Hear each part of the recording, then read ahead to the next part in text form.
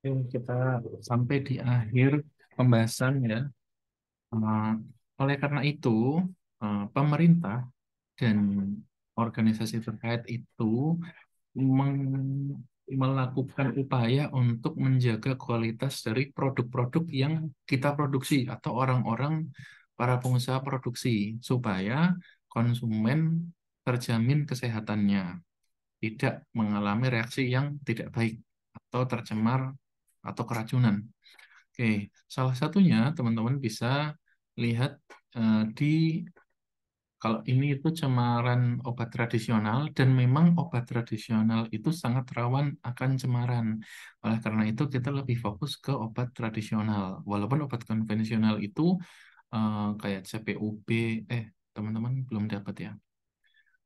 Itu lebih bisa dikontrol karena mereka produk-produknya itu lebih steril. Kalau bahan bakunya juga mereka lebih steril, lebih higienis.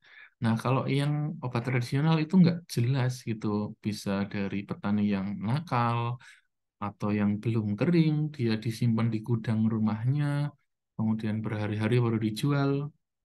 Kemudian kalau QC-nya nggak bagus, kemudian dia kelolosan, sampai jadi produk. Nah, itu yang banyak kita harus pahami mengenai obat tradisional karena obat tradisional ini merupakan produk yang mutunya harus benar-benar dijaga karena kritis. Oke, kadar air kita sudah bahas tadi yang ini ya. Kemudian ada beberapa macam tadi cemaran mikroba, aflatoksin dan cemaran logam berat. Yang saya tadi bahas itu sudah mencakup aturan-aturan yang ada di sini. Itu mencakup apa saja ya, ALT, angka lempeng total, dan angka kapang kamir. Kemudian untuk bakteri-bakteri patogen seperti E. coli, terus Enterobacteriaceae, Clostridia, Salmonella, Shigella ini dipersyaratkan. Kalau kedua ini Enterobacteria dan E. coli itu dia masih ada speknya bahwa harus tidak boleh melebihi sekian, maka untuk Clostridia, Salmonella, dan Shigella dia harus negatif. Nah, angka ini biasanya selalu negatif yang patogen-patogen ini. Staphylococcus yang paling bawah itu, kemudian Pseudomonas itu juga biasanya selalu negatif, kemudian yang cemaran logam berat ini dan aflatoksin biasanya eh, konstan, ya, angkanya sama. Nah, untuk yang AL dan AKK ini biasanya apa namanya? Biasanya bisa berubah tergantung dari produk yang diproduksi. Seperti contohnya obat herbal itu kan apa atau obat tradisional ada tiga macam, cair, semi padat, dan padat. Dan itu punya aturan yang angkanya berbeda-beda. Kalau yang di padat itu dia bisa lebih fleksibel, akan tapi yang bentuknya cairan dia akan lebih berisiko sehingga harus lebih ketat. Kita tidak membahas sedetail itu, tapi yang kita ingin kenalkan adalah teman-teman ini bahwa BPOM sudah membuat persyaratan di sini. Kalau teman-teman mau melihat lebih lengkapnya ada di sini aturannya. Ini ya. Oke. Lanjut, untuk kosmetik juga, karena kosmetik itu merupakan suatu produk yang dipakai dalam jangka waktu lama di tubuh kita, di permukaan kita. Ya, kalau produk cuma kayak sabun dan lain-lain itu kan dia hanya numpang lewat. Nah, kalau kosmetik itu kita pakai biasanya lama. Oleh karena itu kita harus juga harus kontrol.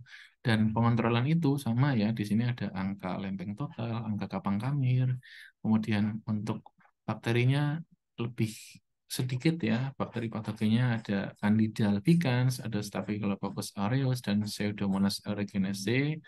Ya, kemudian ada juga cemaran logam beratnya. Nah, ini yang dulu banyak booming ya, merkuri dalam kosmetik, arsenik dalam kosmetik kayak gitu. Nah, inilah contoh-contoh beberapa macam cemaran yang harus dikendalikan. Ada batasnya dan tidak boleh dilanggar seperti itu. Oke, terakhir eh, Lalu cemaran-cemaran seperti tadi, baik itu bakteri ataupun yang lainnya ya kayak logam berat tadi, bagaimana sih kita harus menjaga agar prosesnya berjalan baik ketika kita membeli, mengkonsumsi makanan maupun memproduksi makanan atau obat. Bagaimana caranya? Nah, yang pertama, untuk secara umum ya, ketika teman-teman lakukan, ketika teman-teman ingin makan atau mau memasak itu lakukan proses pemasakan dengan suhu yang sesuai atau suhu yang tinggi. Kalau tidak bisa, maka jaga kualitas kebersihannya. Contohnya sushi, sushi, sashimi dan lain-lain itu kan nggak di ini ya, karena mereka sudah menjaga kebersihannya dari awal. Kemudian jaga kualitas air, kebersihan peralatan memasak dan peralatan penyajiannya.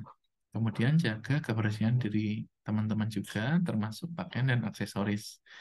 Lakukan penyimpanan pada kondisi yang dingin atau yang sesuai, yang menyebabkan dia tidak cepat kadaluarsa. Dan kemudian perhatikan kadaluarsanya juga. Perhatikan juga ketika dia, makanan kita itu sudah tumbuh di permukaannya yang aneh atau enggak. Kayak kita mau makan roti tapi, wah ini ada yang aneh nih di permukaan, kayak gitu. Kita juga harus perhatikan itu. Nah, itu sebetulnya umum lah kalau kita ini ya, makan. Kita harus memperhatikan hal-hal tersebut, khususnya kalau kita masak. Nah, untuk yang proses pengolahan atau produksi obat itu lebih ketat, ya. Obat dan makanan sebetulnya ya di sini. Tapi kita memang fokusnya di obat. Itu yang pertama, lakukan proses pembuatan dalam kondisi kebersihan ruangan sesuai spesifikasi pembuatan obat. Ruangan pada saat proses pembuatan obat itu tidak seperti ruangan praktikum teman-teman atau ruangan kelas itu enggak. Tetapi teman-teman sekarang bayangkan sedang di dalam kereta. Itu kan ada sirkulasi AC dan di dalam keadaan tertutup. Nah, sekarang bayangkan teman-teman ada di suatu ruangan 3 kali 5 misal, yang itu ditutup dan dilindungi dari udara luar. Kemudian udara luar yang mau masuk itu harus melalui filter. Kemudian keluarnya juga harus dikeluarkan agar dengan sistem yang udara lain tidak boleh masuk dari ruang pengeluaran itu, harus masuk lewat udara masuk yang tadi lewat filter seperti itu. Nah, itulah yang kita jumpai di ruang produksi obat. Ada spesifikasinya. Maksimal cemaran yang boleh ada di ruang produksi obat adalah sekian, sekian, sekian. Itu nanti teman-teman bisa baca di yang namanya, kalau penasaran, di CPOP. Ini juga nanti teman-teman akan temui juga di semester-semester selanjutnya. Kemudian jelas jaga kebersihan lingkungan kerja, kemudian peralatan produksinya juga harus dijaga, kemudian diri termasuk pakaian dan aksesoris juga harus dijaga. Karena ketiga hal ini, ketika proses pembuatan, baik itu dari lingkungan, lingkungan juga nanti kaitannya juga dengan tadi ini ya, spesifikasi ruangan ya, dari baik dari lingkungan kerjanya maupun peralatannya maupun dari diri kita sendiri itu bisa mencemari produk obat yang kita eh, buat seperti itu. Udah bahannya bagus, malah cemarannya dari diri sendiri. Maka biasanya di tempat pembuatan obat mereka pakai seragam seperti ini, ya. Kemudian jaga kualitas air, ya jelas air itu selalu pasti menjadi ini ya, jadi momok, nggak boleh air yang sembarangan.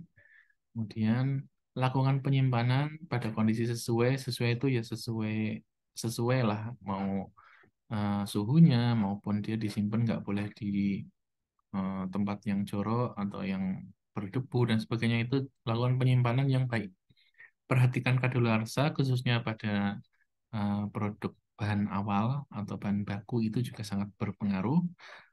Terus juga hindari kegiatan yang menyebabkan kontaminasi silang. Ini teman-teman nanti mungkin akan jumpai pada saat kuliah tentang pembuatan obat.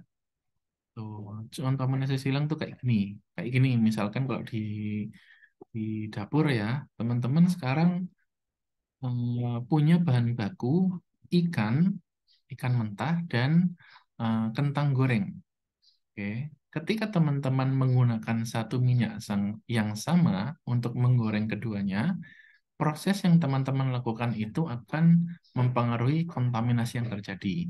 Kalau teman-teman masak ikan duluan, otomatis kentangnya ikut amis. Kalau teman-teman masak kentang duluan, kemudian ikan, maka dua-duanya itu termasak dengan baik, tidak terjadi kontaminasi dalam tanda kutip.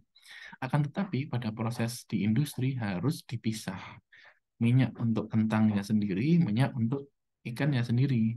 Seperti itu.